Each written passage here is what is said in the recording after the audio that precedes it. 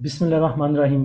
आज के सेशन की बात करें तो एक अच्छा सेशन है। अच्छा इस सेंस में कि देखें, पहले भी कितनी दफ़ा आपके साथ इस चीज़ का जिक्र किया है कि जब इंडेक्स हमारा बहुत ज़्यादा पॉइंट गेन करेगा, यानी कि 1000 पॉइंट गेन कर लिए, 1500 पॉइंट गेन कर लिए और स्टॉक चलता हुआ नज़र कोई नहीं आता, रेंज बाउंड होता है हमारा इंडेक्स स्टॉक वाइज, स्टॉक की मूव को लेके सिर्फ इंडेक्स पॉइंट गेन करता है, स्टॉक मूव देते कोई नहीं। भाई आके पर्सनल मैसेज करते हैं जी कि क्या हो रहा है, इंडेक्स ऊपर जाई जा रहा है और हमारे जो स्टॉक हैं, जो हमारी होल्डिंग है, वो तो हिलजुल नहीं रही। तो आज इस सेंस में हमारा इंडेक्स जो है, आज का सेशन अच्छा था कि इंडेक्स ने सिर्फ पॉइंट गेन किए 576, लेकिन जो स्टॉक्स में मूव थी वो काफी ज्यादा थी। आज तकरीबन ऑलमोस्ट बहुत से स्टॉक आपको चलते हुए नजर आए। तो आज सुबह जो इंडेक्स की ओपनिंग थी, पॉजिटिव ओपनिंग थी 374 पॉइंट के साथ। उसके बाद इंडेक्स ने आपको लो लेवल दिखाया, लेकिन वो भी 225 पॉइंट के इजाफे के साथ 1,74,121 का। इंडेक्स का आज का हाई देखें तो वो ऑल टाइम भी हाई है 1,74,805 का, जिधर इंडेक्स ने 909 पॉइंट गेन किए थे।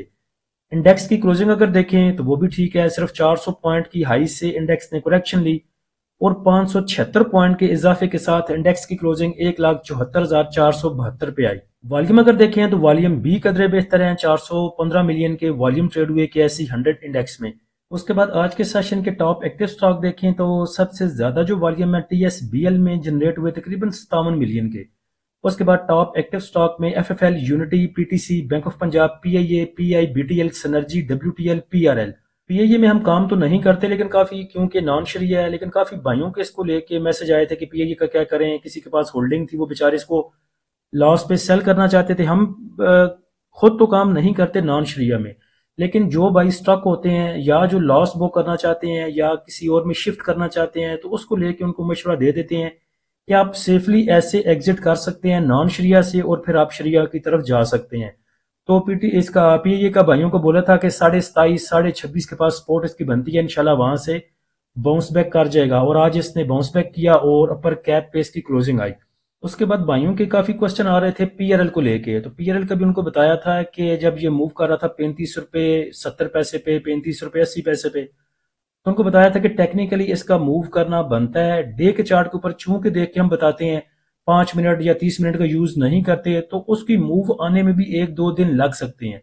और जिन जिन भाइयों के पास PRL पड़ा हुआ था, उन्हें बोला था कि आप इसको होल्ड करें, इंशाल्लाह अच्छी मूव देगा। और अगर देखा जाए तो अभी आज इसने मूव देनी शुरू की है। RSI इसकी अभी तक आई है 60 पे और आगे ऊपर काफी स्पेस है इसके पास मूव देने के लिए। तो ट्रेलिंग स्टॉप के साथ आप PRL को जो है वो आगे लेके जा सकते हैं। मार्केट समरी पे नजर डालें तो आपको जो बात पहले की थी वीडियो स्टार्ट होते होते कि आज इंडेक्स में मूव ज्यादा नहीं थी, लेकिन स्टॉक में मूव काफी ज्यादा थी। इंडेक्स ने सिर्फ 576 पॉइंट ऐड किए, लेकिन अगर आप आज एडवांस कंपनियां देखें तो 282 रहीं और डिक्लाइनर 158 रहीं, अनचेंज 124 रहीं। नंबर ऑफ ट्रेड की बात करें तो 4,14,000, वैल्यू की बात करें तो 44 अरब 90 करोड़ और वॉल्यूम देखें तो 851 मिलियन के ट्रेड हुए। और इस चीज से मैं इसलिए बहुत ज्यादा खुश होता हूं कि इंडेक्स हमारा थोड़े पॉइंट गेन करे और स्टॉक ज्यादा मूव दे, ताकि हमारा इंडेक्स जो है वो बहुत जल्दी ओवरबॉट ना हो जाए। फिर क्या होता है कि इंडेक्स हमारा ओवरबॉट के पास जो है मूव कर रहा होता है, सबको लगता है कि अभी इसमें करेक्शन आनी है ओवरबॉट पे, अभी ये करेक्शन लेगा, अभी इसमें पुल बैक आएगा, तो उससे डर के भी कुछ ट्रेडर पीछे हटते हैं और बाइंग की तरफ नहीं जाते। लेकिन जब थोड़े से आपका इंडेक्स जो है पॉइंट गेन करेगा, अपसाइड बहुत ज्यादा ओवरबॉट नहीं होगा, तो स्टॉक ज्यादा मूव देते हैं और कल परसों के लिए फिर भी गुंजाइश बचती है कि बाकी जो स्टॉक रह गए हैं, बाकी जो सेक्टर रह गए हैं, वो मूव दे लें। उसके बाद आज के सेशन के top point contributor sector wise अगर देखें तो सबसे ज्यादा पॉइंट जो ऐड किए वो oil and gas exploration companies ने किए, तकरीबन 303 पॉइंट। और अगर कल आपको याद हो तो कल की वीडियो में जो हमने फीपीलीपी देखा था, ये था वो फीपीलीपी, और इसमें oil and gas exploration companies को देख के आपको बताया था कि इसमें इंडिविजुअल्स की सेलिंग है 3 मिलियन की और सबसे बड़ा बायर इसमें म्यूचुअल फंड है। तो ऑयल एंड गैस एक्सप्लोरेशन कंपनियां आपको मूव दे सकती हैं और ये कल का फीपीलीपी है जिसका जिक्र कल की वीडियो में किया था। इसीलिए कहते हैं कि फीपीलीपी देखना भी जरूरी होता है। बाज बंदे यूट्यूब पे बैठ के कह देते हैं देखे जी फीपीलीपी पे कुछ लोग बात करते हैं, तो फीपीलीपी आप देखेंगे नहीं तो आपको क्या पता चलेगा किसने क्या बाय किया, किसने क्या सेल किया। उसके बाद दूसरे नंबर पे कमर्शियल बैंक्स रहे, ऑयल एंड गैस मार्केटिंग कंपनियां, उसके बाद power generation, refinery, automobile, pharmaceutical.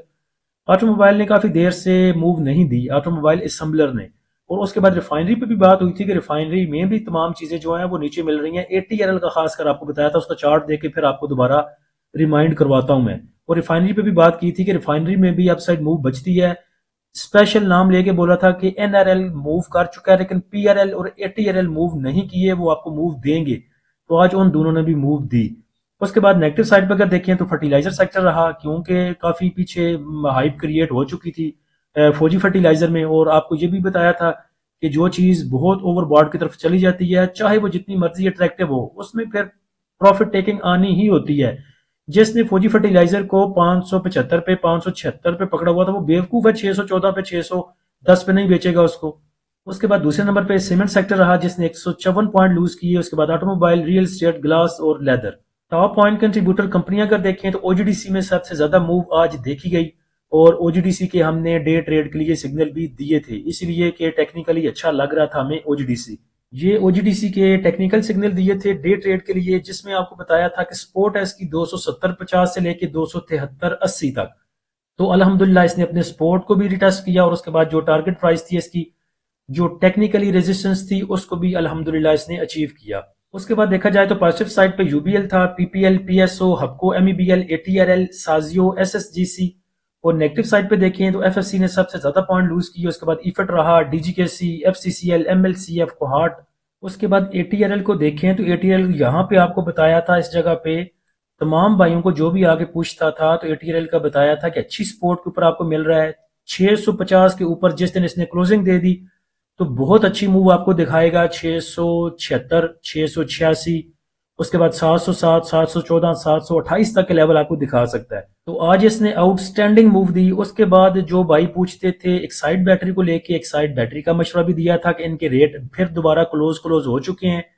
तो जो भाई एक्साइड बैटरी से जान छुड़ा के जाना चाहते हैं, कहीं पे शिफ्ट करना चाहते हैं, तो एटीआरएल में शिफ्ट कर सकते हैं। तो एटीआरएल ने आपको एक ही दिन में फिर 30, 35, 40 रुपए की मूव दी और दिखाया कि कैसा फंडामेंटल और खानदानी स्टॉक है एटीआरएल। एटीआरएल अभी भी अगर डिप पे आपको लेने के चांस देता है तो 728, 750, 775 तक के इंशाल्लाह जो लेवल्स है अगले रेजिस्टेंस लेवल, उनको अचीव करके आपको दिखा सकता है और तकरीबन 70 से 80 रुपए का प्रॉफिट आपको दे सकता है।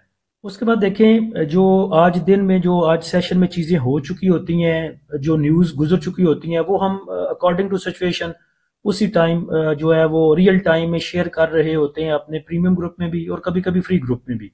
तो इस टाइम उन चीजों का जिक्र करना ज्यादा जरूरी मैं इसलिए नहीं समझता, क्योंकि वो तो चीजें गुजर चुकी। आज दिन में डॉलर की प्राइस कहाँ पे थी वो इस टाइम में मेरे ख्याल से कोई जरूरी नहीं रहता। उसके बाद आज गोल्ड प्राइस कहाँ पे गई, उसके बाद कोई और चीजें जो हो चुकी हैं आज के दिन में, वो इस टाइम मैटर नहीं करती हैं उनको डिस्कस करना। असल में फीपीलीपी जरूरी इसलिए है कि इसका इम्पैक्ट आना होता है अगले सेशन पे, तो इसलिए हम इसको ऐड कर लेते हैं, बाकी चीजों को स्किप कर देते हैं जो आज दिन में गुजर चुकी हैं। जैसे कि आज क्रिसेंट स्टील की बोर्ड मीटिंग थी, उसमें ऐसा कुछ हुआ कुछ नहीं, तो इस टाइम वैसे ही उसको लगाया जाए और बताया जाए कि आज इनकी मीटिंग थी लेकिन वो होम्योपैथिक मीटिंग थी, उसमें कुछ हुआ नहीं। तो मुझे नहीं लगता कि उसका कुछ ऐसा कोई लगाना बनता है इस टाइम। तो आज का अगर फीपीलीपी देखें तो बैंक्स ने बाइंग की है 26 मिलियन की, उसके बाद ब्रोकर की सेलिंग है 1.35 मिलियन की, कंपनीज की सेलिंग है 0.82 मिलियन की, फॉरेन कॉर्पोरेट्स ने सेल किया 2 मिलियन का, फॉरेन इंडिविजुअल्स ने सेल किया 0.01 मिलियन का, इंडिविजुअल्स की बाइंग है 1.15 मिलियन की। इंश्योरेंस कंपनियों ने 4 मिलियन का बेचा, म्यूचुअल फंड ने 20 मिलियन का बेचा, एमबीएफसी की सेलिंग है 0.11 मिलियन की, अदर ऑर्गेनाइजेशन ने बाय किया 1 मिलियन का, और ओवरसीज पाकिस्तानी की सेलिंग है 0.10 मिलियन की। तो बैंक्स की और म्यूचुअल फंड की सबसे ज्यादा जो बाइंग सेलिंग है वो है डेट मार्केट में। 30 मिलियन का बैंक्स ने बाय किया और 30 मिलियन का म्यूचुअल फंड ने सेल किया। उसके बाद अगर म्यूचुअल फंड की बाइंग सेलिंग आज की देखें तो डेट मार्केट में सिर्फ उन्होंने सेल किया है, बाकी अक्रॉस द बोर्ड तमाम ही सेक्टर में उनकी बाइंग नजर आती है। जिसमें अगर देखें तो सबसे ज्यादा आज भी उन्होंने oil and gas exploration companies में बाइंग की है तकरीबन 2.5 मिलियन की। उसके बाद देखें तो 1.77 का ऑल अदर सेक्टर को बाय किया, 0.23 का सीमेंट सेक्टर को, 1.16 का कमर्शियल बैंक्स को, 0.22 का फर्टिलाइजर सेक्टर को। Oil and gas exploration companies के बाद oil and gas marketing companies में भी उनकी अच्छी खासी बाइंग है 1.86 मिलियन डॉलर की। पावर जनरेशन को भी उन्होंने बाय किया और 2 मिलियन का टेक्नोलॉजी सेक्टर को भी उन्होंने बाय किया। और कल की वीडियो में टेक्नोलॉजी सेक्टर का भी जिक्र किया था, टेक्नोलॉजी सेक्टर जो है ये भी आगे चल सकता है। अभी भी देखें तो स्टिल इसमें म्यूचुअल फंड या इदारे टेक्नोलॉजी सेक्टर में बाइंग पे हैं। इससे पहले कि इंडिविजुअल इसमें घुसे ये इंशाल्लाह कुछ ना कुछ मूव दे सकता है। इंश्योरेंस कंपनियों को देखें तो इंश्योरेंस कंपनियों ने आज भी टका के माल बेचा और सबसे ज्यादा उन्होंने बेचा है सीमेंट सेक्टर को, कमर्शियल बैंक्स को। इन दो सेक्टर में उनकी सेलिंग सबसे ज्यादा है। इंडिविजुअल को देखें तो इंडिविजुअल ने सबसे ज्यादा सेल किया है oil and gas exploration companies को, oil and gas marketing companies को। तो पीएसओ इसलिए कहा था कि पीएसओ मूव दे सकता है, रिफाइनरियां मूव दे सकती हैं, ओजीडीसी, पीपीएल। तो अभी भी स्टिल अट्रैक्टिव है आपका ऑयल सेक्टर। उसके बाद देखें तो टेक्नोलॉजी में इनकी 1.75 मिलियन की सेलिंग है और इन तीनों सेक्टर में ये तब घुसेंगे जब इनको आवाज आएगी कि ब्रेकआउट हो चुका। और बाइंग की है सीमेंट सेक्टर में इंडिविजुअल्स ने और सबसे ज्यादा कमर्शियल बैंक्स को बाय किया है इन्होंने। तो कमर्शियल बैंक्स और सीमेंट सेक्टर पे नजर रखें, जहां पे बहुत हाई पे आपको चीजें नजर आए, प्रॉफिट होता हो, तो या ट्रेलिंग स्टॉप लगाएं या फिर प्रॉफिट बुक के सजे खबे हो जाएं। उसके बाद KSE 100 इंडेक्स के next resistance and support level की बात करें तो मुझे फिर इस टाइम पता नहीं क्यों हंसी आ जाती है। डॉक्टर साहब कहते हैं कि ना बात किया करो ऐसी, लेकिन मुझे इसलिए गुस्सा आता है कि जब हमारा इंडेक्स करेक्शन फेज में होता है, जब रोल ओवर वीक चल रहा होता है, तो आपको ऐसे पैनिक किया जाता है वीडियोस बना बना के। अहम लेवल टूट गया, अहम लेवल ब्रेक हो गया, चैनल में अंदर आ गई चीजें, चैनल से बाहर चली गई चीजें, और पैनिक किया जाता है। मुझे सिर्फ उस चीज पे गुस्सा आता है कि पैनिक क्यों करते हैं आवाम को। क्या जरूरत पड़ जाती है एक दिन ये बोलने की कि अहम लेवल ब्रेक हो गया, दूसरे दिन आगे फिर कह रहे होते हैं कि हमने तो आपको बताया था कि एंड पे जाके, जब ईयर एंड होगा, एंड पे जाके मार्केट बाउंस बैक कर जाएगी और वापस रिकवरी लेगी। तो उस टाइम कहाँ थे आप जब ये टाइटल लगा रहे थे कि अहम लेवल ब्रेक हो गया। ऐसी चीजें जो होती हैं, इसको देख के आम ट्रेडर बेचारा, छोटा ट्रेडर परेशान होता है कि लो जी, जो एक अहम लेवल था इंडेक्स के पास, अब वो भी ब्रेक हो गया है, अब तो कुछ बचने की सूरत नहीं रही। हमारे अपने प्रीमियम के कई भाई हैं जो मशवरा नहीं करते, बगैर मशवरा किए पहले मशवरा करते हैं। मैं उनको कहता हूं कि ना लॉस बुक करें, तमाम चीजें ऊपर जाएंगी। जावदान को लेके भी बोला था कि जावदान 100 रुपया करेगा। कई ऐसे भाई हैं जो डर के ऐसी चीजें, वीडियोस देख के, लोगों की बातें सुन के चीजों को लॉस में बेचते हैं, फिर आगे कहते हैं वो मोहित भाई हमने तो फलां चीज बेच दी थी। तो पैनिक होने की जरूरत क्या है आपको स्टॉक मार्केट में? तो पहले ही बताया था कि रोल ओवर भी खत्म होगा, इम्पैक्ट भी बता दिया था, सब चीजें बता दी थी आपको, आप खुद भी देख रहे थे। अल्हम्दुलिल्लाह हमारा इंडेक्स भी ठीक है, बाकी चीजें भी ठीक है। तो अपने जो स्टॉक हैं जो ऊपर आ रहे हैं, अब आज अच्छी खासी मूव आपको मिल गई, इंशाल्लाह कल फिर मिलेगी। तो इस लालच में ना रहें कि फलां चीज अभी यार मेरी बाइंग के पास आई है तो मैं इसको क्यों बेचूं। साथ में ये देखें नीचे से कितना चल के ऊपर आई है। जैसे प्रीमियम वाले भाई रोज पूछते हैं, दोबारा पूछ लीजिए आके कि फलां चीज मेरे पास है, मेरे ब्रेक इवन पे आ गई है, मेरी बाइंग प्राइस पे आ चुकी है, इसको मैं क्या करूं। तो आगे रेजिस्टेंस है इंडेक्स के पास तकरीबन 1,75,000 की, 1,75,500 और 1,76,400 की। स्पोर्ट इंडेक्स के पास नीचे तकरीबन 1,73,953 पे, उसके बाद 1,73,200 और 1,72,600 पे।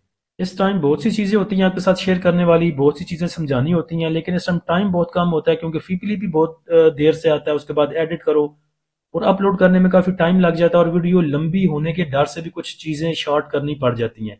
तो प्रीमियम वाले भाई जानते हैं इस चीज को कि अकॉर्डिंग टू सिचुएशन जो जो चीजें चलती हैं हमारी डे टाइम में, रियल टाइम में, वो साथ साथ में हम अपने प्रीमियम वाले ग्रुप में शेयर करते रहते हैं। तो जो भी भाई स्विंग सिग्नल के लिए, डे ट्रेड के लिए लेवल्स पे काम करना चाहते हैं, वो हमारे प्रीमियम ग्रुप को ज्वाइन कर सकते हैं। प्रीमियम ग्रुप को ज्वाइन करने के लिए आप नीचे दिए गए व्हाट्सएप नंबर पर रब्ता कर सकते हैं।